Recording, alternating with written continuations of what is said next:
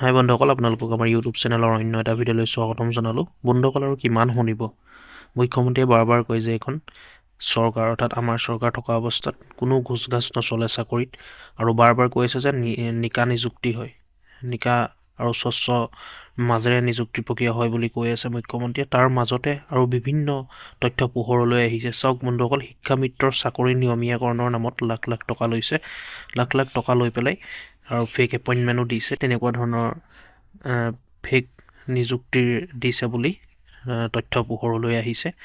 আৰু আপোনালোকে জানে নিশ্চয়, ইয়াৰ আগতো এটা ভিডিঅ'ত মই কৈছিলোঁ যেনেকৈ ADREৰ চাকৰি নামত পইচা লৈছিলে। আপোনালোকে নিশ্চয় চাইছে, চবে সেইটো কথা গম পায়। চাওক, ইমান ষ্ট্ৰং চৰকাৰ, নিজকে ষ্ট্ৰং বুলি কয়, তেনেকুৱা চৰকাৰৰ মাজতো চাওক কেনেকৈ ইমান লাখ লাখ টকাৰ ব্যৱসায় চলি আছে চাকৰিক লৈ পেলাই। চাওক, এইটো বন্ধুসকল শিক্ষামিত্ৰৰ চাকৰি নিয়মীয়াকৰণ কৰিম বুলি বহুত পইচা লৈছে, বহুত টকা লৈছে আৰু বহুতক ফেক এপইণ্ট দিছে। আপোনালোকে নিশ্চয় ভিডিঅ'টোত গম পাব, ভিডিঅ'টো শেষলৈকে চাই থাকিব, সকলোখিনি কথা গম পাব, কেনেকৈ লাখ লাখ টকা লৈছে, কাৰ পৰা লৈছে আৰু কেনেদৰে ধৰা পৰিল। আপোনালোকে ভিডিঅ'টোত সকলোখিনি কথা গম পাব, ভিডিঅ'টো শেষলৈকে চাই থাকিব বন্ধুসকল। আৰু এইবিলাক কৰি বা এনেকুৱা ধৰণৰ কাম কৰি বা টকা দি চাকৰি লৈ অইন একো হোৱা নাই বন্ধুসকল। দুখীয়া যিসকল দৰিদ্ৰ শ্ৰেণীৰ ছাত্ৰ ছাত্ৰী আছে বা বহুত কষ্ট কৰি পঢ়ি পৰীক্ষা দিছে, তেনেকুৱাসকলৰ তেজ খোৱা হৈছে বন্ধুসকল, অইন একো হোৱা নাই। নিচিনা ছাত্ৰ ছাত্ৰীসকলে যিমান কষ্ট কৰি পঢ়িও পৰীক্ষাও যদি দিওঁ, আমাৰ কাম নাই মানে। আৰু কাট অফো যি হাই লেভেলৰ মাৰিছে মুখ্যমন্ত্ৰীয়ে, এনেকুৱাবিলাকলৈ চাই মানে কাট অফ ইমান মাৰিবই নালাগে যিমান কাট অফ মাৰিছে। এটা 4th গ্ৰেডৰ চাকৰিত ধৰক, যেনেকৈ ড্ৰাইভাৰ পোষ্টত কিমান মাৰিছে আপোনালোকে নিশ্চয় গম পায় ADRE। চাওক, আমাৰ নিচিনা মানুহে 5-6 লাখ টকা দি এটা চাকৰি কিনি ল'ব নোৱাৰোঁ, কিন্তু এনেকুৱা বিভিন্ন ধৰণৰ ইয়াত ব্যৱসায় চলি আছে, যি মানে 100%ৰ ভিতৰত 20%হে ধৰা পৰিছে, কিন্তু 80% এতিয়াও লুকাই আছে বন্ধুসকল। ভিডিঅ'টো চাই থাকক, সকলো কথা আপোনালোকে নিশ্চয় গম পাব। মোক ক'বলগীয়া একোৱেই নাই, আপোনালোকে নিজে ভিডিঅ'টোত চালে সকলোখিনি কথা গম পাব। ভিডিঅ'টো শেষলৈকে চাই থাকিব। আজিৰ অসমত ইমান সাহস তেওঁলোকৰ, ক'ত বাংলাদেশত ঘৰ নেকি? ক'ত ঘৰ? কিয় সাহস কৰিছে ইমান? চিষ্টেম নাজানে? বাচিব মন আছে যদি সঁচা কথা কওক। চিওৱে গম পায়নে নাই? তেওঁ গম পোৱা নাই? পইচা লোৱাৰ দায়িত্ব কোনে দিছে আপোনালোকক? পইচা উঠাবলৈ কোনে কৈছে? পইচা যে উঠাই আছে ডিষ্ট্ৰিক্টৰ গৈ 2 লাখ টকা পইচা উঠাবলৈ কোনে দিছে আপোনালোকক?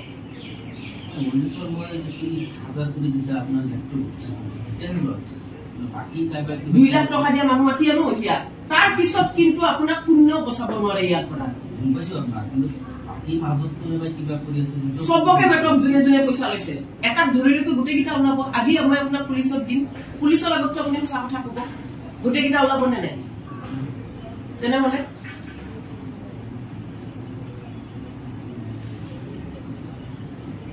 ইমান সাহস কৰে আজিৰ অসমত। চাওকচোন, আজিৰ অসমত ইমান সাহস তেওঁলোকৰ, ক'ত বাংলাদেশত ঘৰ নেকি? ক'ত ঘৰ? কিয় সাহস কৰিছে ইমান? চিষ্টেম নাজানে? চিষ্টেম নাজানে আপোনালোকে? তাৰপিছত কি হয় ইমান সাহস? আমাৰ লেটাৰ, আমাৰ অফিচৰ লেটাৰ দেখাবলৈ লাজ লগা নাই? আমি তাতে মানুহ এপইণ্ট কৰিব লিখিছো নেকি? সেইবোৰ কিয় মানুহক বুৰ্বক বনাইছে? মেডামক চিনি পোৱা নাই, তুমি সঁচা কথা কোৱা। আমি চিনি পাওঁ ন, আমি আণ্ডাৰ চাকৰি কৰিছো মেডামৰ আণ্ডাৰ। কি বুলি ভাবিছা নিজকে? মই ইয়াতে কাকোৱে ভয় নকৰো, গম পাইছা? কোনো দিন তোমাক কিবা এটা কৰিবলৈ মই নিজক চিন্তা কৰিব নালাগে। মই আজিলৈকে একো বেয়া কাম জানি শুনি কৰা নাই, গতিকে মই কাকো ভয় নকৰো, গম পাইছা? কেনেকুৱা নিট এণ্ড ক্লিন আমি জানো ন, আমি আণ্ডাৰ চাকৰি কৰিছো মেডামৰ। তুমি কোৱা, সঁচা কথা কোৱা। মই কিন্তু ওলাই যাব নিদিওঁ। নাম কোৱা, একফালৰ পৰা নাম কোৱা।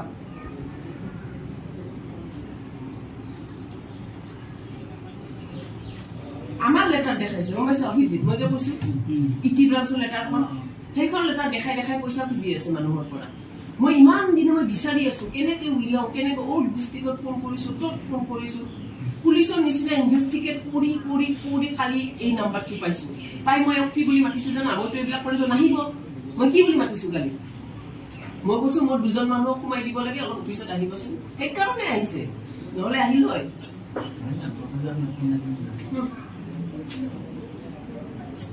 এতিয়া সঁচা কথা কওক, বহুত টাইম বৰবাদ হৈ আছে। তুমি একো নাজানা?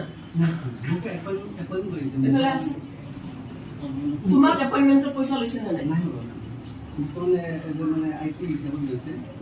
লেপটপ যে দি আছে সেইবিলাক তুমি চোৱা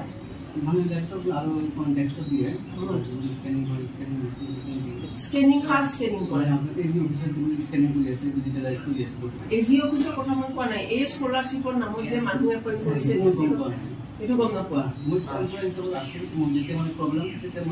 আচ্ছা তুমি তাৰমানে এজি অফিচৰ কাম চোৱা এইটো বিষয়ত নাই তুমি আজি তোমাক লগ ধৰি আনিছে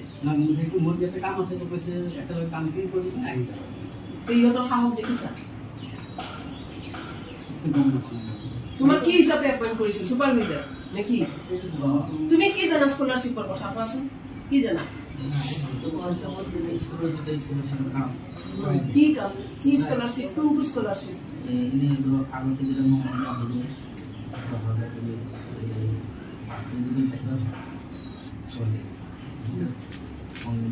আমিতো নিযুত মইনা দিওঁ আমাকো তোমালোকক নালাগে নহয় আমি ভাবিছিলো এনএছপি পৰ্টেলৰ বিষয়ে তোমালোকৰ মানুহে ট্ৰেইনিং দিবলৈ তাৰ সেইটোৱে লিখা আছে মাজত তোমালোকে সোমাই কৈ এইবিলাক কৰিলা চিঅই কিয় গম নাপায় এতিয়াতো আমি যদি হেৰিৰ এগেইনষ্টত কেছ দিওঁ এনজিঅ'ৰ এগেইনষ্টত গোটেই এনজিঅ' বন্ধ হ'ব তেতিয়া তেওঁলোকৰ দিগদাৰ হ'ব আমি সেইকাৰণে ইণ্ডিভিজুৱেলি তোমাৰ ওপৰত কেছ দিম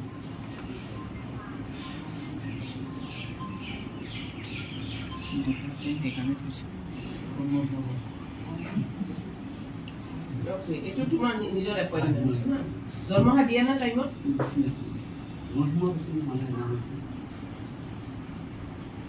দিছ ইজ অকে আৰু ইয়াতে চব বেলেগ বেলেগ ফোন নম্বৰ তাহাঁতৰ এইটো যিটো অভিজিত এইটো ফটো মাৰাচোন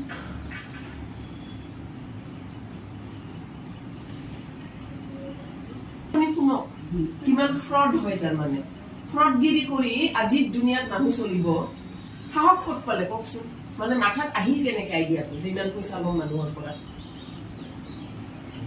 ধুবি চাই ধুবিত কোন আছে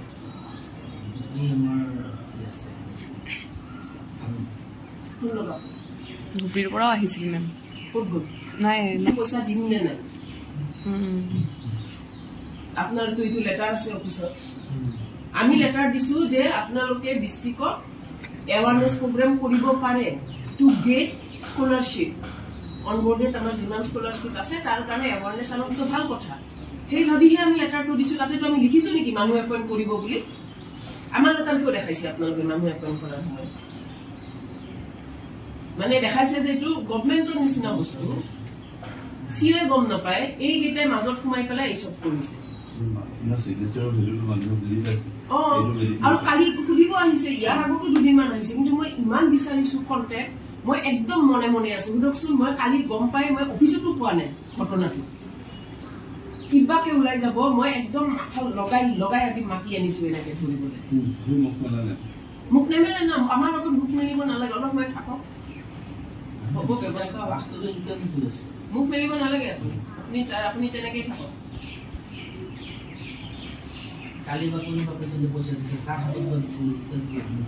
এতিয়া ওলাব পুলিচৰ আগত আপোনালোকৰ চব ওলাব হেল্ল' কথা কোৱাটো আমি পইচা দিম নে বুলি সোধাটোৱে কি ইণ্ডিকেট কৰিছে তাৰমানে সেইকাৰণে আমি আৰু বেছি অলপ চেষ্টা কৰিলো কেনেকে উলিয়াব পাৰো তাৰপিছত লেটাৰৰ কিবা ফোন নম্বৰ এটা পালো সেই ফোন নম্বৰৰ পৰা মানে 9টামান জেগাত ফোন কৰি আমি এই শ্বহীদুল ইছলামৰ কণ্টেক্ট উলিয়াব পাৰিলো পৰহি আৰু মই বুদ্ধিকে তেওঁক ফোন কৰিলো যে মই ডেপুটি ডাইৰেক্টৰ কৈছো আৰু মোৰ লেটাৰৰ সিগনেচাৰ দেখাই যে আপোনালোকে এনেকুৱা এপইণ্টমেণ্ট দি আছে মোৰো দুটা মানুহ আছে সোমাই দিব লাগে পাৰিবনে তেতিয়া তেওঁ কৈছে বাইদেউ হ'ব পাৰিম বাকী কথা আপোনাৰ লগত পিছত পাতি ল'ম তেনেকুৱা ধৰণৰ এটা অলপ বেলেগ এটা ইণ্ডিকেশ্যন মানে আহিছিলে তেতিয়া মই ক'লো আহক যেনেকে নহওক মোৰ মানুহ দুটাক কিন্তু সোমাই দিবই লাগিব গতিকে তেওঁক মই 12টা বজাত মাতিছিলো কিন্তু কালি তেওঁ 10টা 20তে আহি ইয়াত উপস্থিত হৈছে তেওঁ চাগে আকৌ ভাবিছিলে যে দুটা আৰু নতুন মানুহ পাম পইচা ল'বলৈ তাৰ পিছত আহাৰ লগে লগে মই মোৰ ৰুমটো বন্ধ কৰি দিলো ভিতৰত সোমোৱাই লগত এজন আৰু আহিছিল পিছত লগৰজন গম পালো তেওঁ